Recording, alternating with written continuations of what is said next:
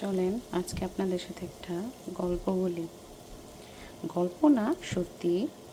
আজকে আমি রাস্তা দিয়ে আসছিলাম, তো হঠাৎ করে এই অর্ডারটা পেয়েছি। পাওয়ার পর আমি দুধ নিয়ে আসতেছিলাম, আর আমার হাতে আরও কিছু বাজার ছিল।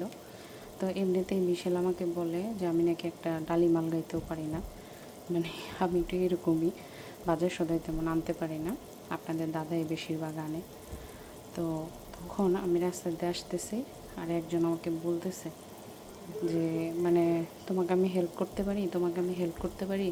তো প্রথমে তো আমি বুঝি নাই যে সে কী হেল্পের কথা বলতেছে। মানে সে দেখতেছিল আমার দুই হাতে মানে বাজারে ভরা, মানে আমি একটু ব্যথা পাইতেছিলাম আর কি, মানে ভারী তো। তো যাই হোক, সে আমাকে বলতেছে হেল্প করতে পারে কিনা। আর আমাদের দেশের মানুষ হেল্প তো দূরে থাক, আপনি নাকি কোন বিষয়ে কোন লাভ করে ফেলতেছেন, কোনটাতে আপনার খুব হয়ে যেতেছে, মানে আপনি ভালো থাকতেছেন, এসব সহ্যই করতে পারে না। আবার সাইতা বলবে যে হেল্প করবে। আমি আমার দেশে ছোট করতেছি না, আমিও হয়তো বা ওরকম মাইন্ডেরই। আসলে এখান থেকে অনেক কিছু শেখার আছে। আমেরিকায় শুধু যে ডলার আছে তা না, মানুষের থেকেও না অনেক কিছু শেখার আছে, যা আমরা এখনও জানিই না।